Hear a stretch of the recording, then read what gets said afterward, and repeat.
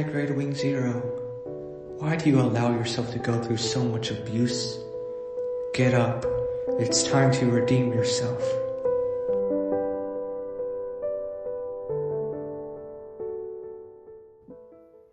Man oh man, has this kit been through a lot. Hey guys, this is your chance for a Gundam, and welcome to the second episode of Throwback Review, a series where I take a look back at kits that I have built in the past. And on today's episode, I'll be looking at the high-grade Wing Zero Custom.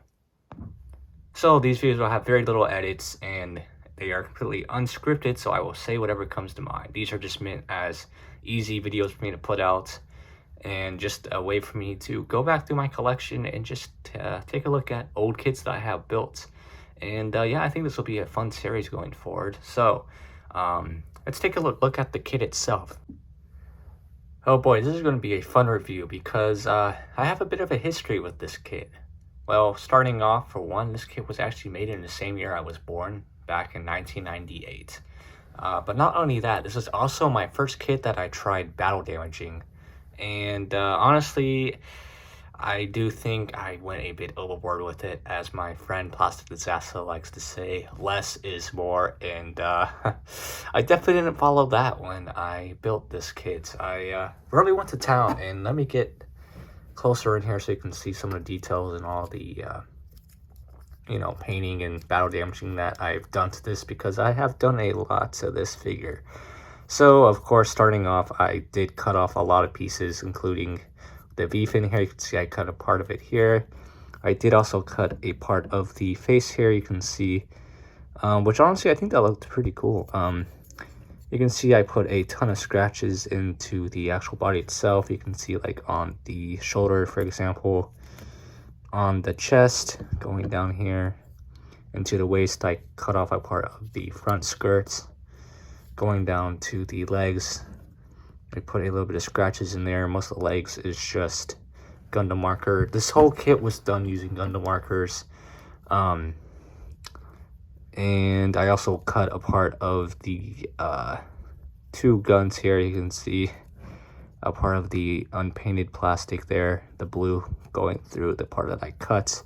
And these are rubberized wings, so I really went to town with these and made a lot of different cut marks into the wings. You can see here and here, and yeah, I really just went to town on these wings. I also did some really thick panel lines for some reason on the wings, and yeah, they're really messy. Yeah, that does not really look great. But, as I said, this is one of my old kits, and honestly, I was pretty proud of this custom back when I built it.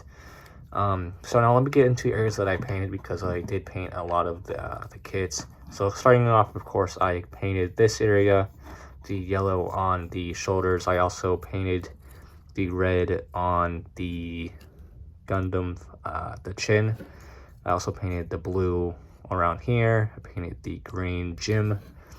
I also painted a little bit of the red area with the red Gundam marker. And I also, pretty sure these are painted as well, or if not, they at least have a little black wash going throughout there. I also painted these blue. I painted the red, red on top of the crotch.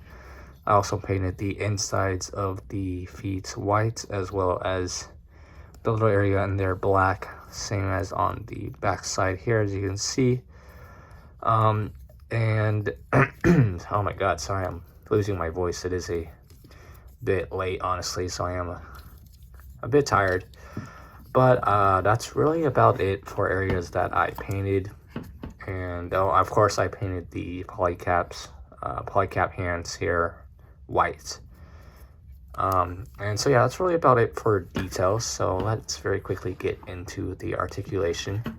Oh, and one thing I forgot to mention is that I did lose a part of the blue area on top of the head here, which again just kind of adds to the whole battle damage look going here.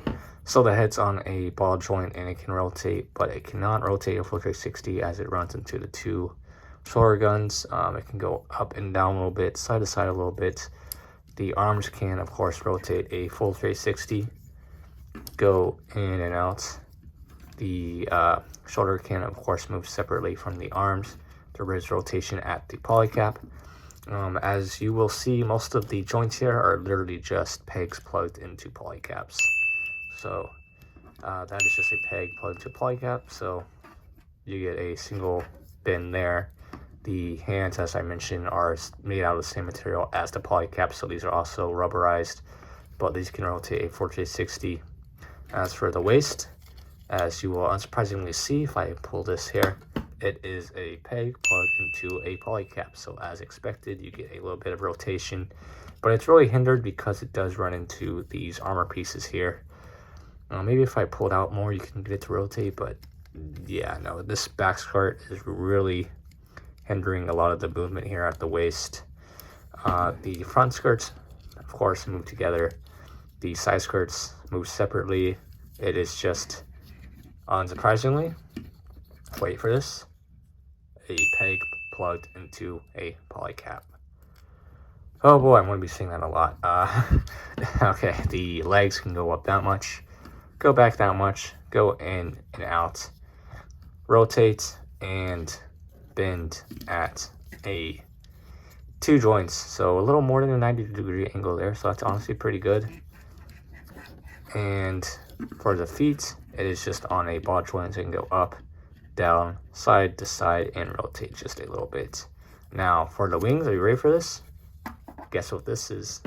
A peg plugged into a polycap. I bet you wouldn't have seen that one coming. But of course, these can rotate it for 360. And these can go up and down, does everything that a peg plugged into a polycap can do. The actual connection here is, guess what? Peg, polycap. You know what that means? Rotation and a little bit of in and out movement there. So that is really about it for the articulation. Of course, I'm missing the back wings, which I'm pretty sure would have just been a peg plugged into a polycap, since that is most of this figure. But you get the idea. It's a very simple kit to assemble, and the joints are really basic as well, but it does get the job done. Now, of course, if you really wanted to, you can pull these together to make the whole cloaked wings, which will look something like that. And of course, you can move these all the way to the back, like so you get some options when it comes to how you want the wings to be positioned. So yeah, that's about it for the articulation. As I said, this being a late 90s early high grade kit, it's pretty standard, and honestly, it's not terrible. Of course, it's not great, but you can still get some pretty okay-ish poses out of it. Now for the accessories, it does come with a couple, which I am missing. First off, it does come with a pair of open hands, which I don't have. They're just made out of the same material as these. And it also comes with, interestingly enough, it comes with an extra chest, which has these pegs more at an angle to simulate a butterfly joint, because of course it's not a butterfly joint, so you can't bring these arms in and out. But that is basically so you can get the wing Gundam to hold the Buster rifle with both of the handles to create that final scene where he's shooting the dual Buster rifle with them both attached to each other. And speaking of the Buster rifle, here is the Buster rifle itself. So you can see it does have some really nice details in it, and I did go through with it with a Gundam marker, of course, to kind of give it a washed looking effect. And this is in the combined mode. Of course, you can take them apart. It's very basic. These are really just 2 pieces standing together with a handle that can move up and down.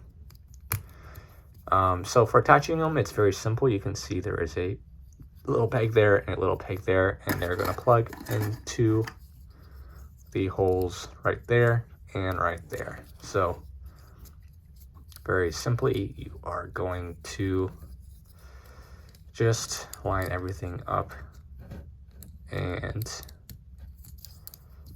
plug them together like so. And of course you can get them to hold it in his hand very simply.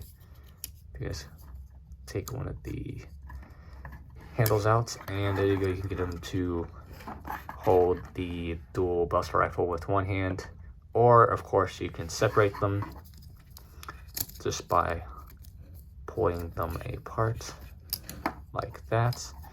And you can just get them to hold both of the guns. If you wanted to do that, you can do that like so. And oh my god, these wings are not wanting to stay together. So there you go. Just gives you an idea of what he looks like holding the two Buster rifles. And yeah, that's really about it for this kit. Very basic, but honestly, all things considered, not bad. And for the amount of abuse this kit has gone through, especially back in my Royal Grade Wing Zero Custom video. If you didn't watch that video, go check it out if you really want to. If you want to see early 2016 TFG. Anyways, this kit took a lot of abuse, and it's still standing, so it's really quite impressive. So let's very quickly get into some size comparisons, and then we'll go through my final thoughts on the kits. So starting off first with some 1 to 144 scale comparisons, here is the 1 to 144 scale high grade Wing Zero Custom with the 1 to 144 scale Royal Grade Char Zaku 2. Next, comparing him with a fellow high grade, here he is with the high grade God Gundam. And comparing him with my current favorite high grade kit, here he is with the high grade Beyond Global RX-78-2.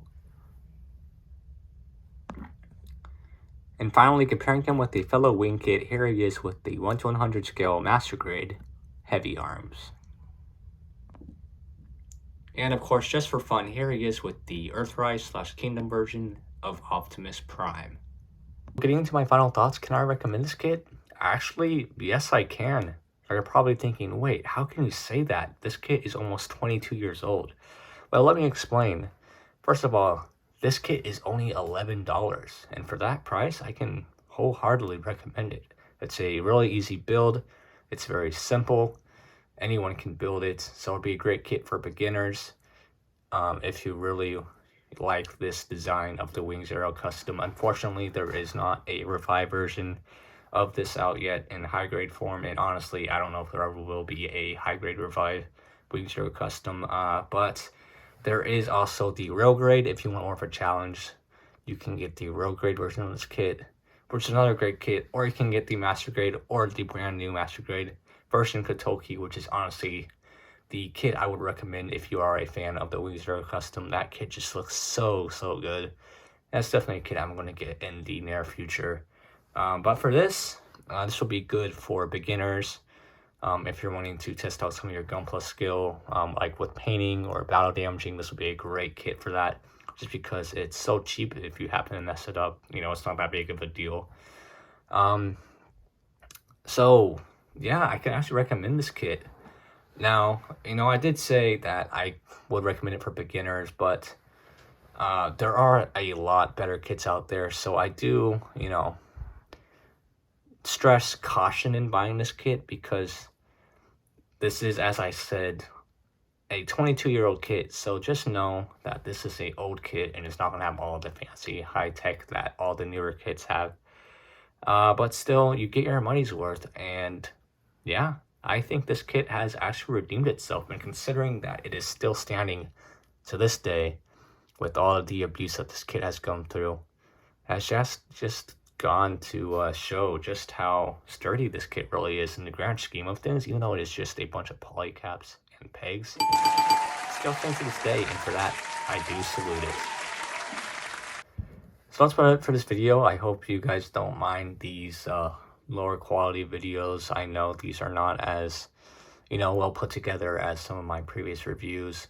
But as I said, these are just meant to be easy videos that I can put together quickly. And I do have fun doing these, and it's always fun to take a look back at some of my older kits. So yeah, if you have any questions, don't forget to leave a comment. And don't forget to like this video and subscribe as well, and turn on the notifications so you won't miss any of my other videos. So yeah, I will see you guys in the next video. Peace.